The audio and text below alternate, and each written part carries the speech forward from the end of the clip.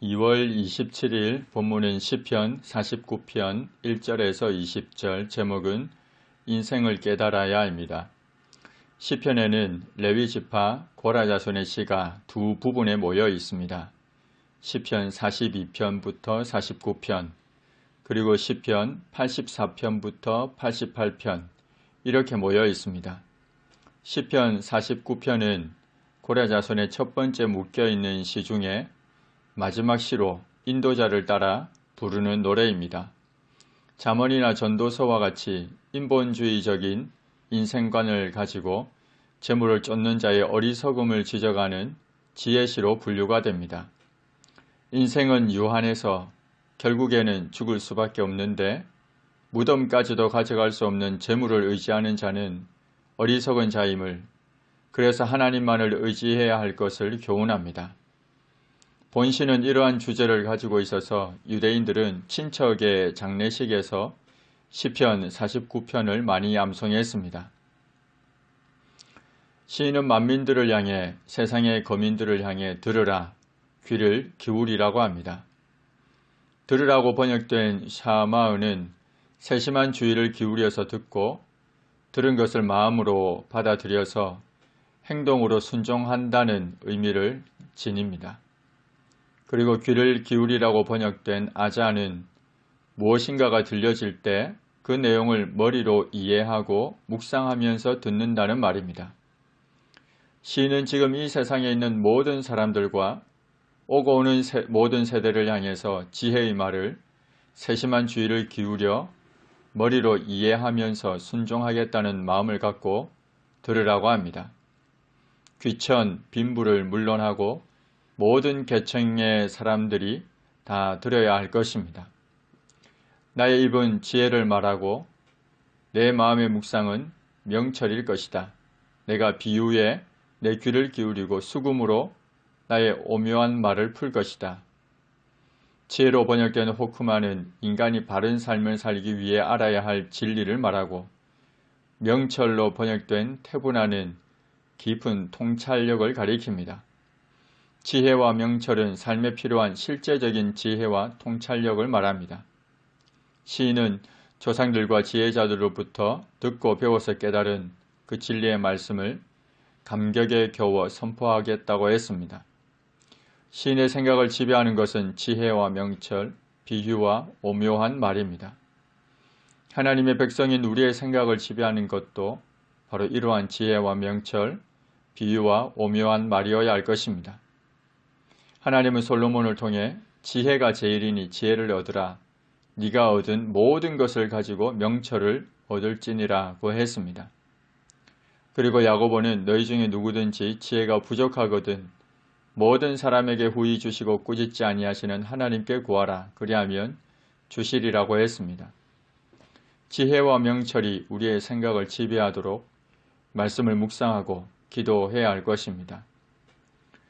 시인은 구속의 영생을 주지 못하는 재물을 추구하는 자의 우매함을 지적합니다. 이미 참된 지혜를 알고 있는 시인은 죄악이 자신을 따라 애우는 환난의 날에도 두려워하지 않는다고 했습니다. 인간에게 가장 큰 두려움을 주는 죽음 앞에서도 두려워하지 않는다고 했습니다. 반면 자기의 재물을 의지하고 풍부함으로 자긍하는 자는 아무도 결코 그 형제를 구속하지 못합니다. 저를 위하여 하나님께 속전을 바치지도 못합니다. 그 재물과 풍부함이 죽음 앞에서 생명을 대신할 수 없습니다. 죽음은 뇌물을 받지 않는다는 속담이 있습니다. 아무리 많은 재물을 가지고 있다 하더라도 무용지물일 뿐입니다. 사람의 생명의 구속이 너무 귀합니다. 재물로는 그 생명의 구속을 영영히 대신할 수 없습니다. 저로 영존하여 썩음을 보지 않게 할 수가 없습니다. 사람의 생명의 속전은 예수 그리스도 외에는 없습니다.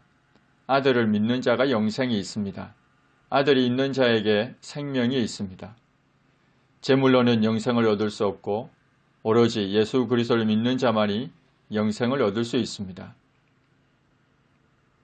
지혜 있는 자도 죽고 우준하고 무지한 자도 같이 망합니다.